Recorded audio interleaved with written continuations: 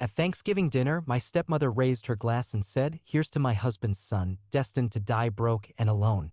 My father just nodded in agreement. "I'm cutting you out of the will," he added. My stepsister laughed. "He's probably so poor he had to steal gas money just to get here." I smiled like a wolf, pulled out a stack of documents, and said, "Funny you mention the will. Dad already signed everything over to me last year. Remember? The Alzheimer's." 2 weeks later, I liquidated every account, transferred every property, and left them with absolutely nothing. Now they're spiraling, and all I get are texts like, "What the hell is this? We need to talk. Please." Okay, so I don't even know how to start this except maybe with the weirdest thing. Lorraine's stepmom was already at the table when I walked in. Like actually sitting down before anyone else, just scrolling through her phone and ignoring me.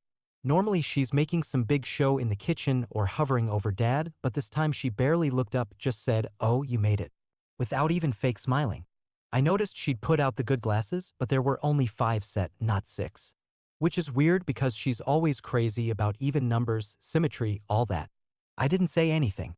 Just, logged it. The drive over, I kept second-guessing actually showing up. But I do it every year. My dad, Clarence, always used to love Thanksgiving. After he married Lorraine, things got tense, but I still went. Every single time. It's not like I have a million other family to bounce to, and Rosalie is basically my age, but we've never gotten along. She's one of those people who's always gotta win. Like if you mentioned you ran a 5K, she's done a marathon. If you buy a new phone, she's got the next gen. Normal stuff, annoying, but whatever. Lorraine though, since Dad's diagnosis, she's gotten way more obvious about playing favorites, especially when he's out of it. Like she's already decided I don't count as real family and it's just a matter of time. I get there and Dad's just sitting in his chair, TV on mute, looking tired. He stands up, gives me a legit hug, but then sits right back down. He's not all the way gone, but you can tell sometimes he calls me by his brother's name, sometimes he's sharp as ever. I ask him about the game. He nods like he's following, but mostly he just stares at Lorraine like he's waiting for instructions. I set my coat down and try to make small talk, but it's just weird. Even the dog is hiding in the bedroom. Rosalie walks in late, wearing this expensive jacket she always brags about. Immediately starts talking about her new place and how crazy expensive everything is. Not actually asking me anything, just dumping her life story. I'm trying to not roll my eyes.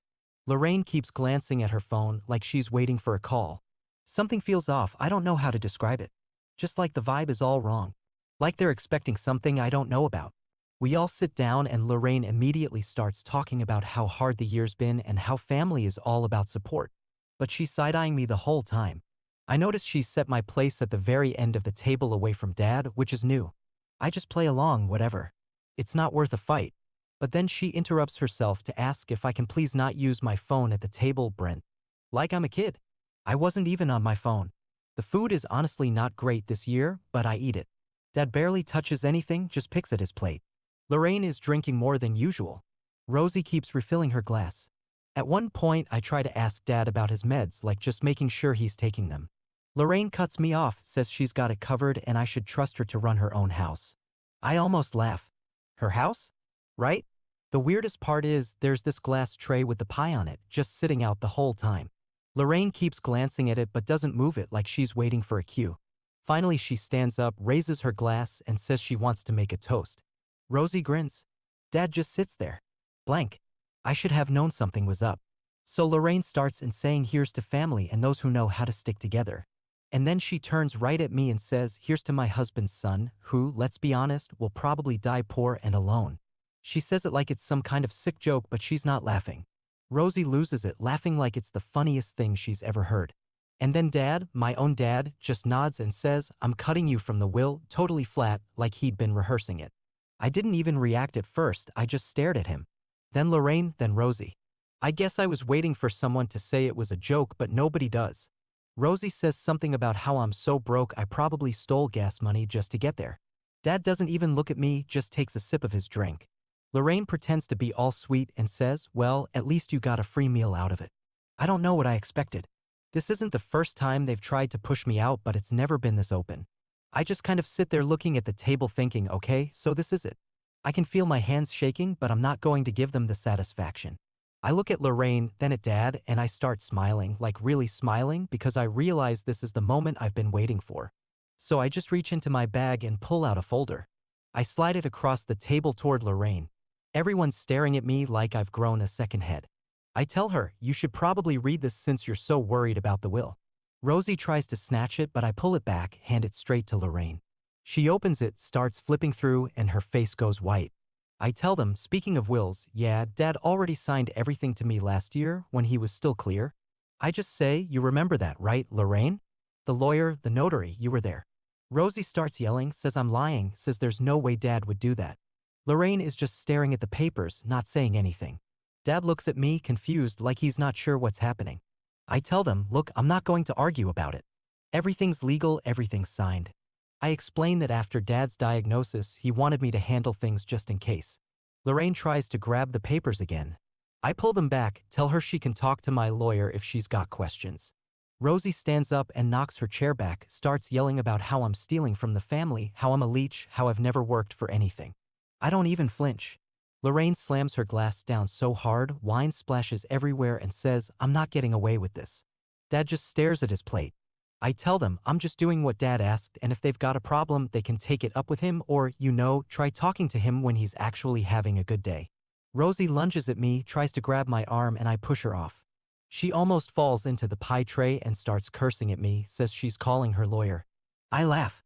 Lorraine starts shouting about how I'm heartless, how I'm ruining Dad's last years, how I'm tearing the family apart. I just tell her, maybe you should have thought about that before you toasted to my failure. I get up, grab my coat, and as I'm leaving, Rosie tries to block the door. She's screaming at me, says I'm not leaving until I give the papers back. I just walk past her. She shoves me hard, so I shove her back. Lorraine yells at me, says she's calling the cops. I tell her to go ahead. Everything's legal and she knows it. I walk out, slam the door. I can still hear them yelling from the driveway. I get in my car and just sit there for a minute, scrolling through my phone, reading the text from my cousin who bailed on dinner at the last second. Smart move. I start the car and drive home, not even looking back. The next morning, I start the process. Logging into the accounts, checking the property transfers, making sure everything is locked down. No more access for them. No more games. I get a text from Lorraine. You're gonna regret this. I just reply, check your bank app. To be continued. Update 1. So I wake up the morning after Thanksgiving and two things hit me right away. 1. My phone's already got like 15 missed calls. And 2. I slept better than I have in a year. I scroll, see a bunch of texts from Lorraine. All caps classic. A couple from Rosie. Even one from my dad that just says call me. The group chat is going off too. My Aunt Paisley asking what happened last night. Cousin Tegan with the popcorn emoji. Honestly not helping. I make coffee. Try to act normal, but it's not normal. The house is way too quiet. I keep checking my phone, watching the messages stack up. Lorraine's first few texts are threats. How I'm going to regret this. How she's calling a lawyer. How I don't understand what I've done. Then it's guilt. How I've humiliated the family. How Dad is so upset. I don't answer. I open my laptop and start the process for real. Change passwords. Check that all the property transfers are showing up in my name. Double check the shared accounts. It takes forever. I have to dig through old emails and bank app logins and remember which two-factor device is linked to what. Lorraine set up way too many joint things. Probably on purpose. I didn't just do this on a whim. Last year, after Dad's diagnosis, but before things got really bad, he sat me down and said he didn't want Lorraine or Rosie running things if something happened to him. He didn't say it mean. Just matter of fact. He knew Lorraine only really cared about keeping up her lifestyle and Rosie. She's never once offered to help with Dad's appointments or meds or anything. She just wants the house, the car, the money. Dad saw it. So I called a lawyer. Set up the paperwork. Made sure everything was clear. Lorraine was there for half of it. Acting like she didn't care. But I saw her side-eyeing the witness when Dad signed. I don't know if she thought he'd forget or she'd be able to change it later. But she never brought it up again. Until the toast? Now every bank notification feels like a bomb. I get a fraud alert before noon. Rosie tried to pull cash out at an ATM but the account is frozen. The bank calls me to confirm it's legit. I say yes, thanks, hang up. Within an hour, Lorraine is blowing up my phone again. This time saying I'm trapping them. I reply once. Just send her a screenshot of the signed forms. She doesn't text back for a while. Around lunchtime, Paisley calls. She says Lorraine's already calling around telling everyone I stole the house. That I'm exploiting Dad's illness. I tell her to check her email. I'd already sent her the video of Dad from last year looking straight at the camera saying he wanted me to handle things. Paisley's quiet for a second then just sighs. She says she gets it but the rest of the family is going to pick sides. I say I don't care. Honestly, I don't. I'm not here to make everyone happy. Later I get a call from Rosie. I don't answer. She leaves a voicemail, her voice shaking, saying she's gonna sue me. That none of this is fair. That I'm a parasite. She hangs up. Lorraine tries next. Actually shows up at my apartment. She buzzes my place like 20 times. I don't let her in. She calls my name through the door. Says she just wants to talk. That we can work something out. I don't open the door. I hear her slap the wall. Then she stomps off. Slams the main door so hard the neighbor's dog starts barking. I go back to my laptop. I start the final steps. Transfer the car title. Notify the utilities. Put Dad's name alone on everything that matters. I update his contact info with the care facility. Make sure Lorraine's number is removed. It's not dramatic. Just grinding through paperwork and forms and waiting for the confirmation emails. Part of me wants to just dump it all on someone else. But I know if I don't do it myself, Lorraine will find some way back in. The next day is worse. Aunt Paisley texts that Lorraine is telling everyone I'm refusing to let Dad see anyone. Which is a lie. I text back. Tell her I'll set up a visit if she wants. Rosie posts something vague and angry on her story. Tags me. Gets like 2 pity comments before deleting it. Lorraine sends a long email. Subject line in all caps. Says I'm ruining Dad's final years. That I'm no better than a common thief. I reply CC the lawyer. Attach the will. She doesn't answer. I start getting calls from random numbers. I don't pick up. One voicemail is some guy I recognize from Lorraine's book club. Says I should do the right thing. I guess she's spreading it around everywhere now. I check the family group chat. Half of them are arguing. Half are silent. One cousin asks for proof. I drop the PDF of the will and log off. Saturday, I stop by Dad's place. Lorraine isn't there. She left a bunch of stuff in the hallway. Dad is watching TV. Looks tired but recognizes me. I bring him lunch. Sit with him for a while. He doesn't mention Thanksgiving but he asks where Rosie is. I just say she's busy. He nods and falls asleep halfway through a rerun of some home renovation show. I check his meds. Text the nurse. Leave. On the way out I see Rosie's car parked crooked in the visitor's lot. But there's no sign of her. When I get home I see Lorraine try to call again. I send her one final text. All communication goes through the lawyer now. She replies with one word. Coward. The days after are just more of the same. I get emails from the bank saying the joint accounts are closed. I get a letter from the utilities confirming the name change. I check the property records. See my name. Not Lorraine's. It feels weird. Not really satisfying. Just a lot of clicking and waiting. I keep expecting someone to show up at my door but nobody does. Sunday night, Rosie calls again and this time I pick up. She starts out calm. Asks me to be reasonable. Says Dad would want us to work together. I tell her I did what Dad wanted and that's that. She starts crying. Then yelling.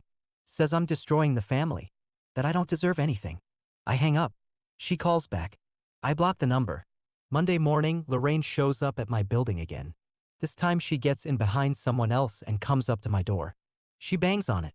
Yells that I need to face her. I open the door. Tell her to leave. She tries to shove past me. I block her. She slaps my arm. I push her back out into the hall. She says she's calling the cops. I tell her to go ahead. She storms off, slamming the stairwell door. That afternoon, the building manager calls. Says there was a disturbance. I explain. Send him a copy of the texts. He says she's not allowed in unless I approve it. I say fine. Tuesday, Aunt Paisley calls again. Says Lorraine is talking about getting a restraining order. Which is hilarious, considering she's the one showing up at my place. I tell Paisley she can come visit Dad anytime. Paisley just sighs. Says the family is a mess. I say it's been a mess for years. I'm just finally cleaning it up. Last thing. I get a letter from Lorraine's lawyer. Some official-looking envelope. I open it. It's just a bunch of threats. No real claim. I forward it to my lawyer who replies that everything is airtight. I don't bother responding. 2 weeks out, Rosie tries again. She calls from a different number. Leaves a voicemail saying she needs to talk. That she can't believe this is happening. I delete it. Then I get an email from Lorraine. Subject line. What the hell is this? She's realized the accounts are empty. The property's gone. She says I've ruined everything. That she needs to talk. That it's not too late to make things right. I don't answer. Next post I'll go into what I actually did with everything. and how they tried to fight back. If you think this sounds harsh, you didn't see their faces at Thanksgiving. I'm not sorry. They started this war. I'm just finishing it. Update 2. So by the time the third week hits after that hell dinner, I'm already tired of the notifications. Like legit. I had to mute my phone for a day because every time I looked away from my laptop, I'd have Lorraine's name in bold. Or Rosie's. Or some cousin I haven't seen in years. Popping up in the group chat saying stuff like, just want to make sure everyone's okay. Yeah, sure, Tegan. You just want the tea. But here's where it got kind of fascinating in a car crash way. Because it wasn't just yelling anymore. It was them spinning out trying every trick. And me just standing there with receipts. At first, Lorraine tried the family crisis angle. Texting everyone that I'd locked her out of her own house. Which LOL? She never paid a dime towards it. She just called it hers because she bossed Dad around for years. She starts calling my Aunt Paisley. Who, by the way, is the only one who ever helped with Dad when things started getting bad. And Paisley just texts me asking, what's the real deal? So I drop a scan of the will and the medical file. I'm not even dramatic. Just here. Read it. Ask questions. Rosie, meanwhile, is on a mission. She's DMing me on like 3 different platforms. And when I don't answer, she starts tagging me in posts about greedy relative. A couple of her friends jump in. But nobody outside her little circle seems to care. I actually get a message from one of her high school friends saying, hey, sorry, Rosie's being a lot right now. Hope you're okay. I reply thanks. Then block her because I'm not making this weirder. The money stuff hits them first. Lorraine tries to use the joint card at the store. I know because she texts me in all caps. Why is my card declined? I need groceries. What did you do? I just reply, check your email, with a screenshot of the bank statement showing the account closure notice. She loses it. Says I'm starving her. Which is wild since she's got her own separate savings. But she wanted Dad's cash for the credit limit. Rosie tries to Venmo me for her half of last year's holiday presents. Then blocks me when I don't send it. The house is the big one. Lorraine always talked about her kitchen, her backyard. But now the mail comes in my name. I get a call from the utilities and tell them to direct all bills to me. Then I go over to check the place and find Lorraine in the living room. Acting like nothing's changed. She's got her laptop out. On some real estate site. Probably looking at condos she can't afford. I tell her she needs to move out by the end of the month. She stands up. Starts shouting that I'm a monster. That Dad would never want this. I keep my voice flat. Tell her it's exactly what Dad wanted. And she can call my lawyer if she wants to fight it. She slaps the coffee table hard. And storms upstairs. I just leave. Not looking back. Rosie tries a different approach. She shows up at my apartment. Brings coffee like we're friends. And sits in the lobby waiting for me to come home. I walk past her. She follows me up. Starts talking about how hard it's been. How she just wants to have a relationship with her brother. I ask her if she remembers what she said at Thanksgiving. And she just shrugs. Says it was a joke. I tell her. Not funny. Not a joke. And she gets mad. Pushes past me into my apartment. I tell her to leave. She refuses. So I grab her bag and put it in the hallway. She shoves me. I push her back. She calls me a jerk and stomps out. Slams the door. A couple days later, I get a letter from Lorraine's lawyer. It's like 5 pages of threats all, we'll see you in court. But it's got nothing. No claim. Just bluster. I send it to my lawyer. Who laughs? Says it's garbage. I forward that email to Lorraine. CCing her lawyer. And write, let me know when you want to pick up your stuff. She doesn't reply. They start getting desperate. Lorraine's friend Tegan tries to call me. Says Lorraine's not coping well. Asks if I can just give her a few months to get her things together. I say fine, but I want a signed agreement. Tegan says that's hostile. I say it's business. She hangs up. The group chat is a disaster. Paisley is trying to keep everyone civil. But Rosie keeps posting memes about ungrateful kids and fake family. My cousin Albert says maybe it's better if everyone just takes a break. I mute the chat. Through all this, Dad is quiet. I visit once a week. Bring lunch. Watch old shows with him. He doesn't mention Lorraine or Rosie. Just asks about the weather or the dog. I tell him things are handled. He nods then falls asleep. Part of me wonders if he even remembers what happened. But I don't press it. I just make sure his bills are paid and the nurses have what they need. The funniest part is when Lorraine tries to get back into the accounts. I get an email about a failed password reset. And another from the bank saying they flagged suspicious activity. I call the bank. Confirm it's not me. And they lock the account down tighter. I get a message from Lorraine. Says I'm ruining her life, that she gave up everything for this family. I ignore it. Rosie tries to guilt me. Says she can't afford her rent. Says I owe her. I reply, you made your choices. She blocks me again. Then comes the social fallout. Lorraine starts telling everyone I'm abusing Dad, that I'm isolating him. Paisley calls me. Says half the family is split. I tell her to come see Dad for herself. She does. Spends an afternoon with him. Then calls me and just says I get it now. Doesn't say sorry, just I get it. The last straw is when Lorraine shows up at the house while I'm there packing her stuff. She tries to talk her way in. Says she just wants to grab some clothes. I let her in but stay in the hallway. She starts screaming when she sees the boxes. Says I'm throwing her out on the street. I tell her you got 30 days. She throws a shoe at the wall. Then slaps me across the shoulder. I step back. Tell her if she touches me again, I'm calling the cops. She grabs her purse and storms out, slamming the door behind her. Now it's just paperwork and cleaning up messes. I get emails from lawyers, calls from the bank, letters from utility companies. It's all annoying, but it's almost done. The last message I get from Lorraine before blocking her is just, we need to talk. Please. I don't answer. I guess I thought I'd feel something like maybe guilt or relief, but honestly it just feels like work. But I'm not backing down. They made this ugly. Not me. Next post, I'll talk about what actually happened with the stuff they lost, and how that set off the final round. Not here for sympathy. Just telling it like it is. Final update. So I guess the weirdest part is how quiet everything got. Not right away, but after the last batch of screaming texts. And the threats. And the crying voicemails. Just nothing. I'd almost say peaceful if it wasn't for the random moments where I'd catch myself checking the peephole before opening my door or double-checking my email junk folder just in case one of them tried to sneak a message through. I started noticing little things first. Lorraine's old car. The one she always parked way too close to the mailbox. Suddenly gone from the driveway. Not replaced. Just gone. Then I saw Rosie's Instagram suddenly switch from all brunch selfies and apartment tours to blurry pics from some friend's guest room. I went past the house to drop off some mail for Dad and saw moving boxes stacked on the porch. But none of them with my name on it. Just Lorraine's handwriting. Rushed and messy. Probably thrown together last minute. People think there's some dramatic satisfaction in this kind of thing, but mostly it's paperwork and awkwardness. I had to meet Lorraine one last time to hand off her stuff. A bunch of clothes. Some cookware. A box of random junk she said was sentimental. She showed up half an hour late. Sunglasses on even though it was cloudy. And barely said a word. Tried to guilt trip me. Said I was really doing this and that I was leaving her with nothing. I just said, yeah, I'm really doing this. She tried to shove the box at me. I pushed it back. She glared. Then just walked off. She slammed her car door so hard the rear view shook.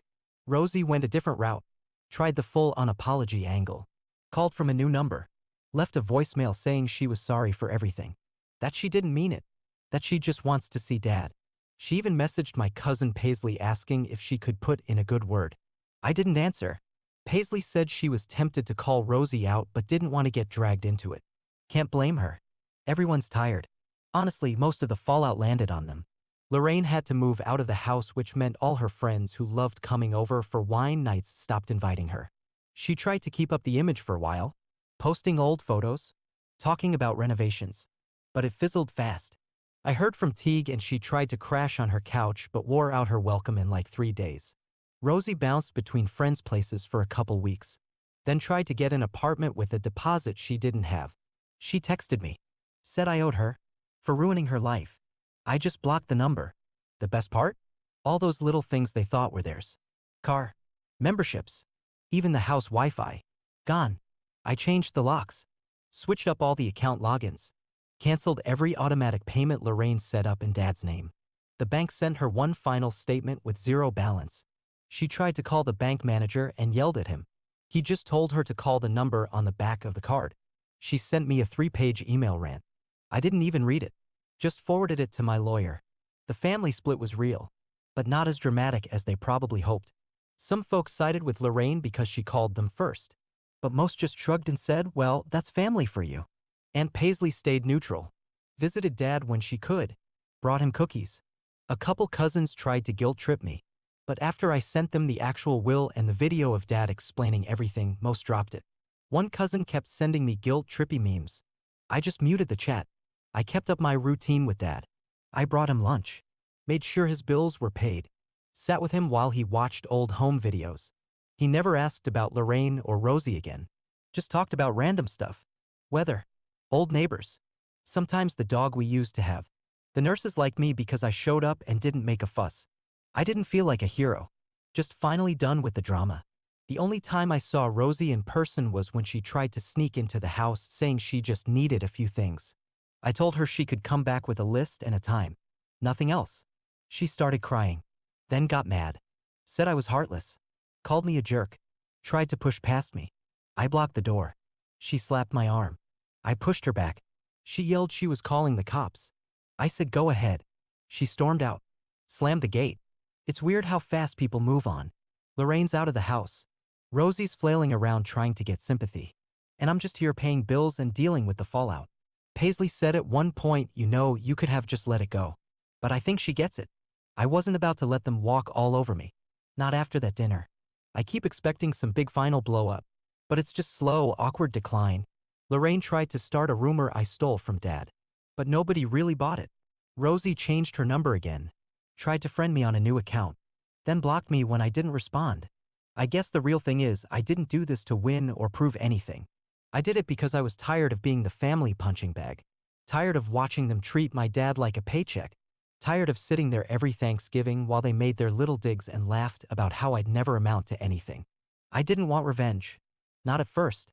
But once they went all in, I wasn't backing down. So now it's just quiet. Dad's got a decent place. I've got the house in peace for the first time in years. Lorraine and Rosie are out there somewhere probably telling their own version of everything. Nobody's banging on my door anymore. Nobody's calling at 2 a.m. Nobody's making toasts to how I'll die alone. I'm not saying I'd recommend this to anybody else. It's messy. It's ugly. And honestly, I don't feel like some badass movie character. It's just real life. You deal with what's in front of you. Sometimes you push back. So yeah, that's it, I guess. If I ever go to Thanksgiving again, I'm bringing my own wine. And if anybody toasts to me, they better mean it. Not here for sympathy. Just telling it like it is.